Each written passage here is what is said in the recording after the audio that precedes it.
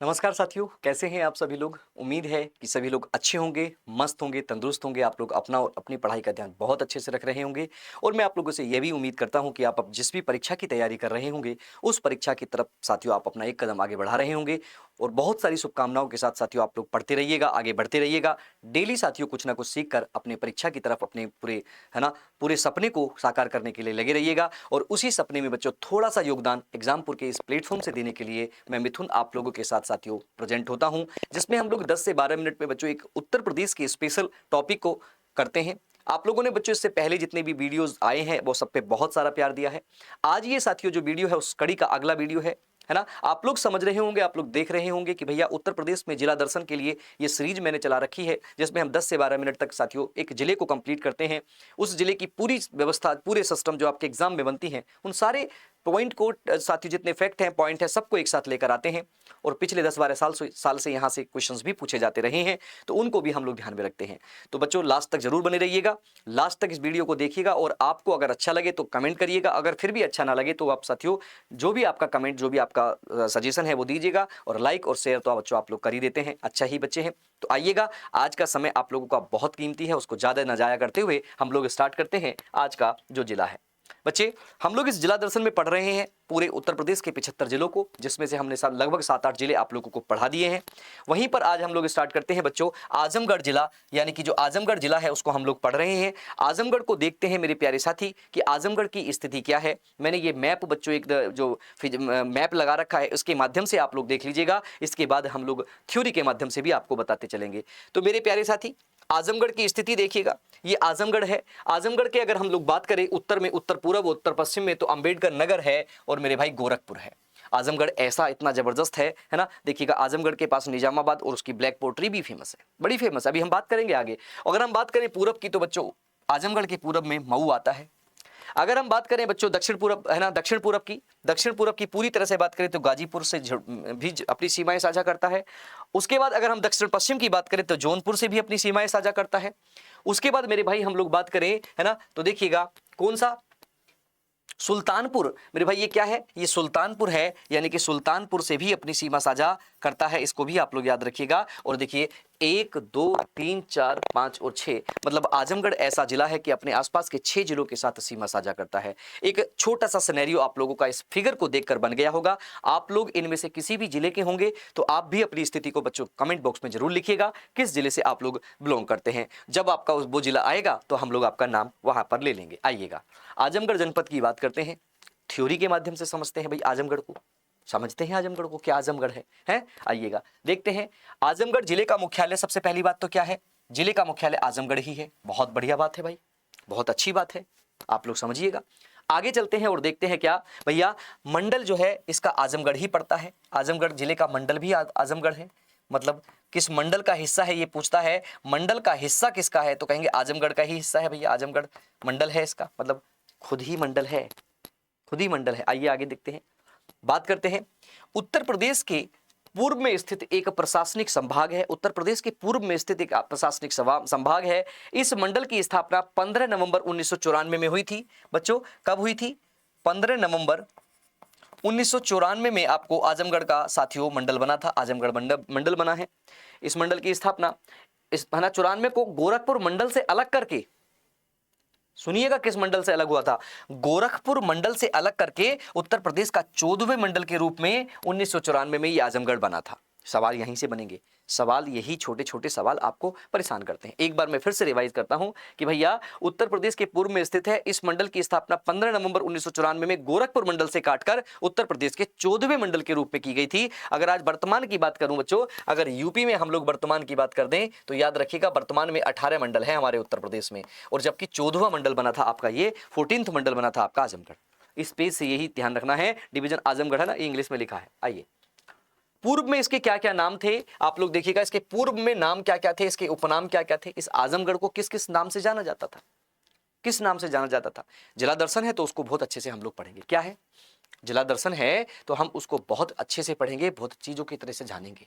क्या क्या रहा है, क्या ये रहा है, देखिए कैफी आजमी नगर, इसको कैफी आजमी नगर कहा जाता था। भाई क्या कहा जा रहा है इसे, कैफी आजमी नगर। प्राचीन काल में कोसल महाजनपद का भाग हुआ करता था। प्राचीन काल में कोसल महाजनपद का भाग हुआ करता था। कोसल महाजनपद भैया उत्तर प्रदेश में टोटल 16 महाजनपदों में से 8 तो उत्तर प्रदेश में है। हमारे पूरे भारत में, उत्तर भारत में 16 महाजनपद हुआ करते थे। आपको बौद्ध काल के बारे में पता भी होगा, अंगुत्तर निकाय और जैन जो भगवती सूत्र है उससे पता चलता है कि 16 महाजनपद थे, उनमें से 8 उत्तर प्रदेश में हैं। उन 8 उत्तर प्रदेश में से बच्चों ये कोसल का भाग हुआ करता था आजमगढ़। सवाल कितना भी भारी कर दे, पीसीएस लेवल तक का सवाल कर दे या वनडे एग्जाम का सवाल कर दे, आप लोग निकाल पाएंगे, पूरी गारंटी है बच्चों। मतलब आपको पढ़ना होगा, इतना समझना होगा जो मैं बता रहा हूं। इसका नाम कैफी आजमी नगर था, पहली बात। इसको बच्चों प्राचीन काल में कोसल महाजनपद का भाग हुआ करता था। बहुत बढ़िया बात। आइए आगे इतिहास की बात करते हैं। इतिहास में क्या स्थिति है इसकी, कह रहे हैं इसके इतिहास में है स्थापना 1665 में प्राचीन अवंतिकापुर यानी कि वर्तमान मोहम्मदपुर स्थित स्थान पर काफी प्रसिद्ध है, ऐसा माना जाता है बच्चों। प्राचीन अवंतिकापुर है, इसमें माना जाता है, ऐसा काफी माना जाता है। आइए देखिए कि राजा जन्मेजय यानी कि अर्जुन के पुत्र और राजा परीक्षित के पुत्र ने एक बार पृथ्वी के संपूर्ण सांप प्रजाति को मतलब सर्प प्रजाति को समाप्त कर दिया था, करने के लिए एक यज्ञ किया था। ये इतिहास है भाई। सांप जो होते हैं ना, सांप आप समझते हैं, सांप जो सर्प होते हैं, जो हमारे भगवान भोले के आभूषण होते हैं, शंकर भगवान के आभूषण होते हैं, उनको क्या किया था, एक आयोजन किया था, ऐसा कहा जाता है मेरे भाई। आइए देखिए 18 दिसंबर 1832 को आजमगढ़ एक जिला बना था। आजमगढ़ जिला कब बना था, जिले कब बने थे, ये इससे सवाल पूछा जाता है। अभी देखिए एग्जाम में सवाल पूछा गया था संभल कब जिला बना था। तो जब हम संभल पूछेंगे, क्योंकि संभल 75वां जिला है, 75वां जिला है, तो 75वां जिला कब बना था ये पूछ लिया, तो ये भी पूछ सकता है कि कब आजमगढ़ जिला बना, तो 32 में, 1832 में। आइए आगे। सर थॉमस को आजमगढ़ का पहला कलेक्टर नियुक्त किया गया था। आजमगढ़ का सर थॉमसन को साथियों पहला कलेक्टर नियुक्त किया गया था। आगे प्राचीन काल में कोसल महाजनपद का हिस्सा हुआ करता था, बता ही चुके हैं। इस जनपद की स्थापना मुगल शासक काल में राजा विक्रमजीत के पुत्र आजम खां के नाम से की गई थी। This is the important fact मेरे भाई। आजम खां किसका पुत्र था, तो बच्चों आप देखेंगे मुगल शासन काल में राजा विक्रमजीत के पुत्र, है ना, के पुत्र आजम खां के नाम से इस पे किया गया था बच्चे इसका। आइए आगे। गौतम राजपूतों के वंश विक्रमजीत ने मुस्लिम धर्म अपना लिया था, इसलिए इसका नाम आजम खान था भैया। अभी मैं भी यही सोच रहा था, और जब मैं पढ़ रहा था मैं तब भी यही सोच रहा था कि भैया विक्रमजीत का पुत्र खान कैसे हो जाएगा, खां कैसे हो जाएगा, है ना। तो देखिएगा कि भैया इन्होंने लिखा है गौतम राजपूत के, है ना, गौतम राजपूत के वंशज विक्रमजीत ने मुस्लिम धर्म को अपना लिया था। क्यों अपनाया था, कैसे अपनाया था, इतिहास के ऊपर ये एक अपने आप टिप्पणी का विषय है ना। देखिए फुलवरिया नामक प्राचीन ग्राम के स्थान पर आजम खां द्वारा आजमगढ़ बसाया गया था। किसके स्थान पर आजमगढ़ बसाया गया, सवाल पूछता है। इंपॉर्टेंट लिखता जाऊंगा और आपको बताता जाऊंगा भैया। फुलवरिया नामक प्राचीन ग्राम के स्थान पर, है ना, ग्राम के स्थान पर आजम खां द्वारा आजमगढ़ बसाया गया था, स्थापना की गई थी। सुनिएगा अगला। 1915 में भारतीय कंपनी अधिनियम के तहत 1915 में भारतीय कंपनी अधिनियम के तहत कलेक्ट्रेट कोर्ट में बार एसोसिएशन की स्थापना भी की गई थी। मतलब आजमगढ़ में बार एसोसिएशन की स्थापना भी की गई थी कलेक्ट्रेट कोर्ट में। आइए आगे क्षेत्रफल की बात करते हैं। 4054 वर्ग किलोमीटर है। भौगोलिक स्थिति और साथियों देशांतर स्थिति आप लोगों के सामने है ना। 25 डिग्री 38 मिनट से 26 डिग्री 27 मिनट तक पूर्वी देशांतर में, अक्षांश में। देशांतर 82 डिग्री 40 मिनट से 83 डिग्री 52 मिनट पूर्वी देशांतर में, ये भी आप लोग देख लीजिएगा। अवस्थिति क्या है बच्चों, तमसा नदी के तट पर, यानी कि आजमगढ़ के आसपास तमसा नदी है।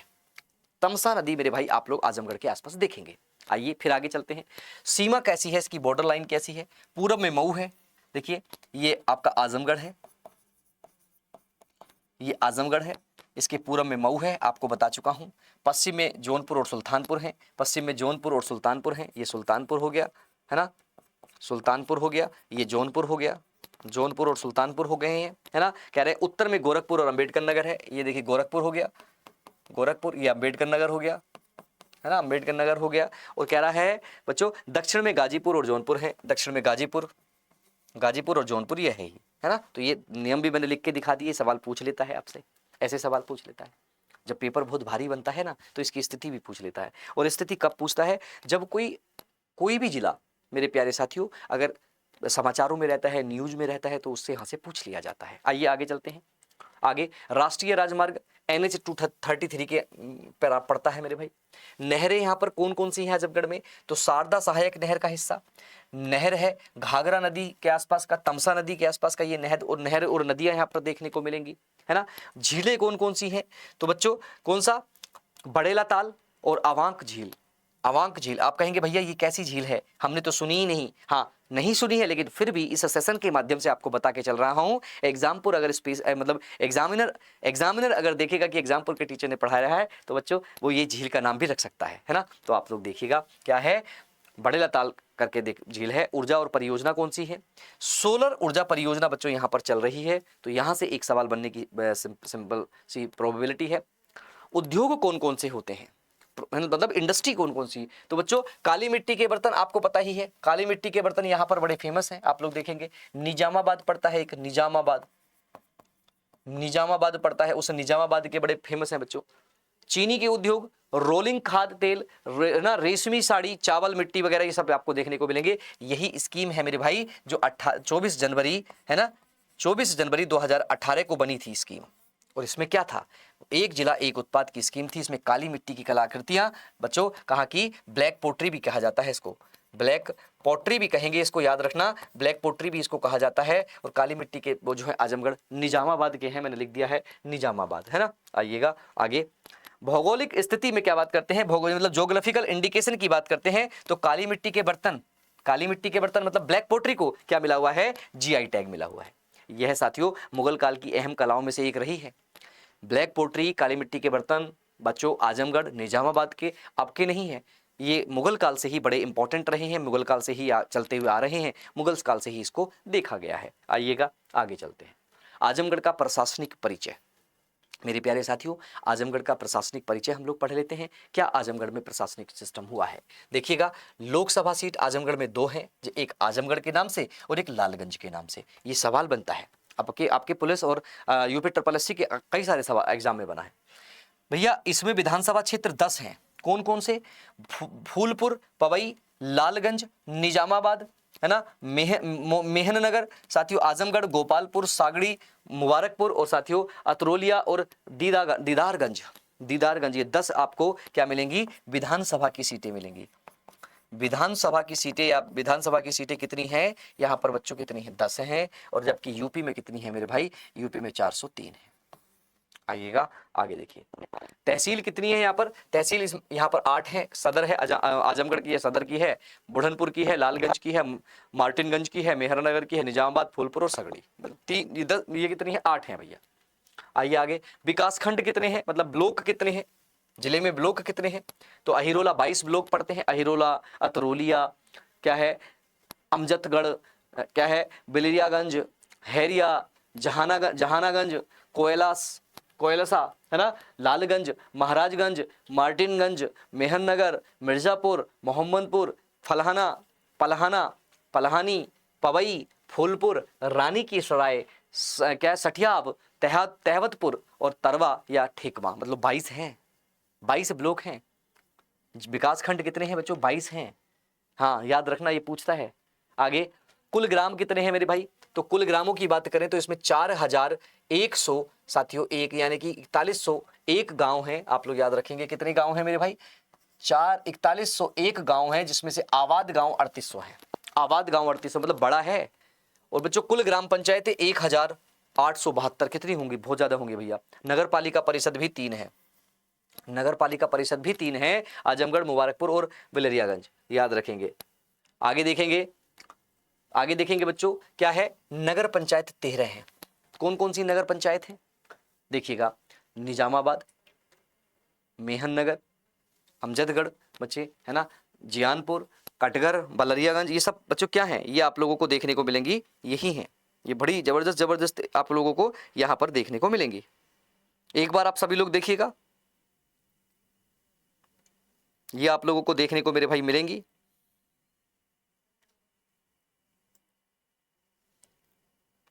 और क्या है बच्चों, जियानपुर है, कटगर है ना, जियानपुर है, कटगर है, ये सब चीजें आप लोग देखेंगे। बड़ा जबरदस्त सिस्टम है इसमें।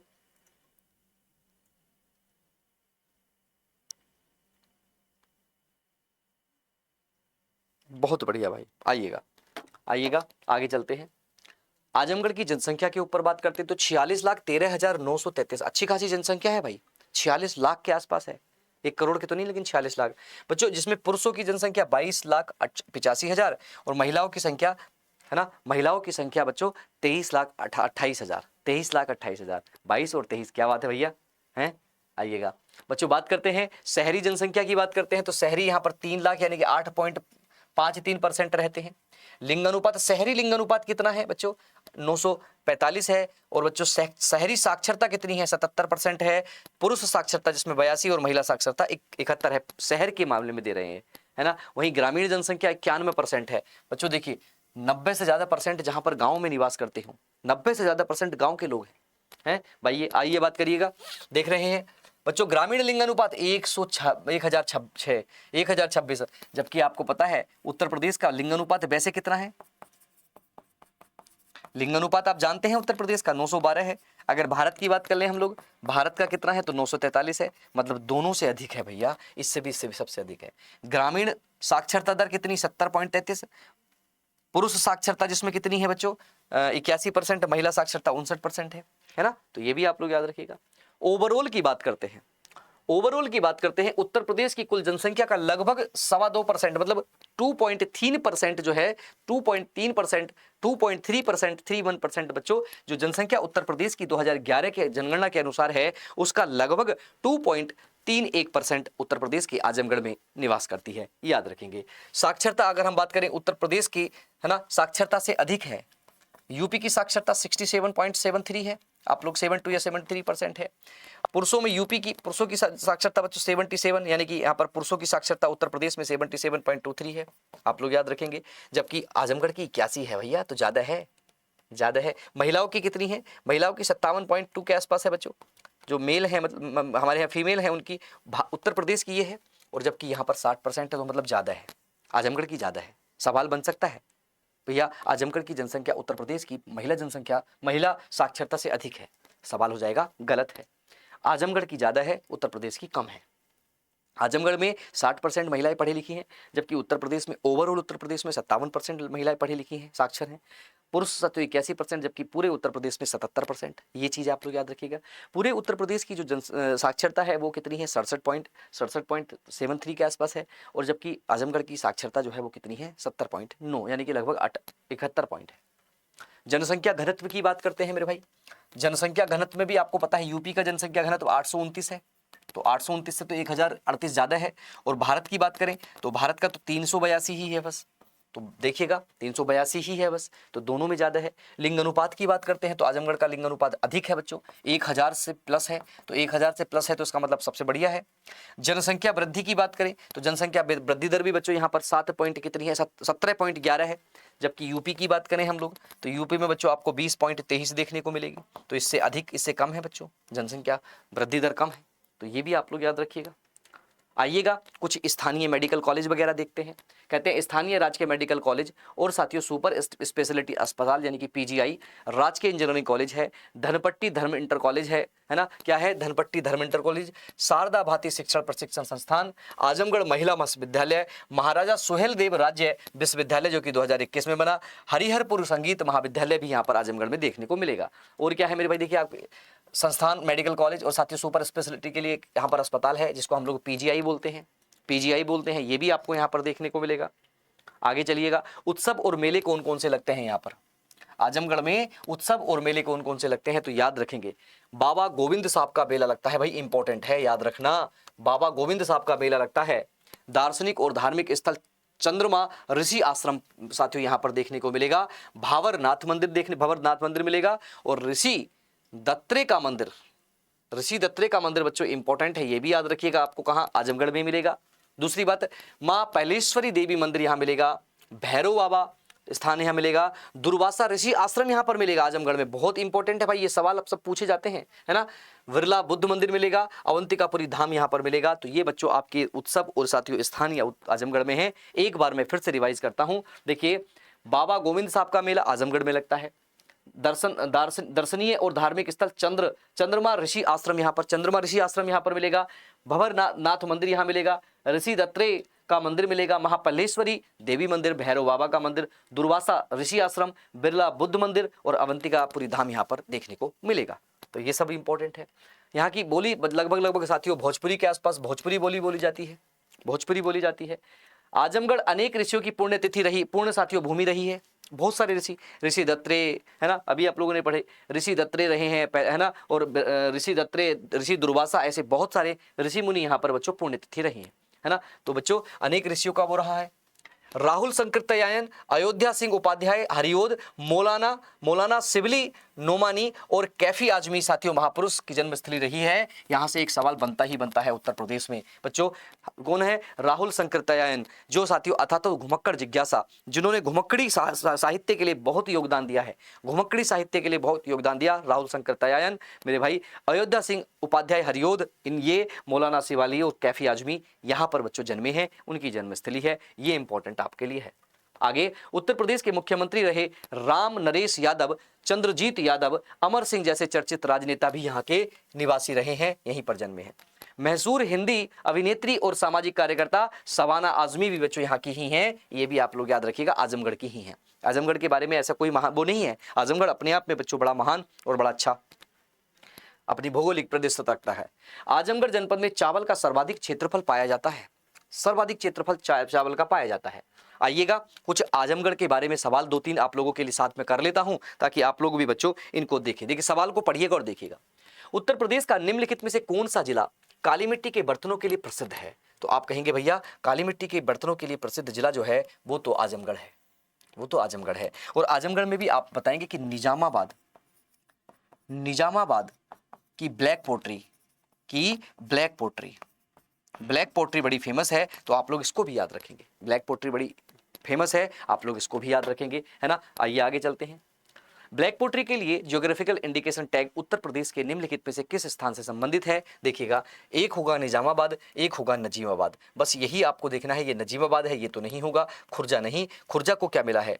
खुर्जा को तो बच्चों आप लोग देखेंगे खुर्जा पोट्री के लिए मिला हुआ है, खुर्जा पोट्री के लिए जीआई टैग मिला है, जो कि बुलंदशहर में पड़ती है, बुलंदशहर में पड़ती है, इसको मिला है, देखिए है ना, इसको जीआई टैग मिला है। ये भी आपसे पूछा गया सवाल।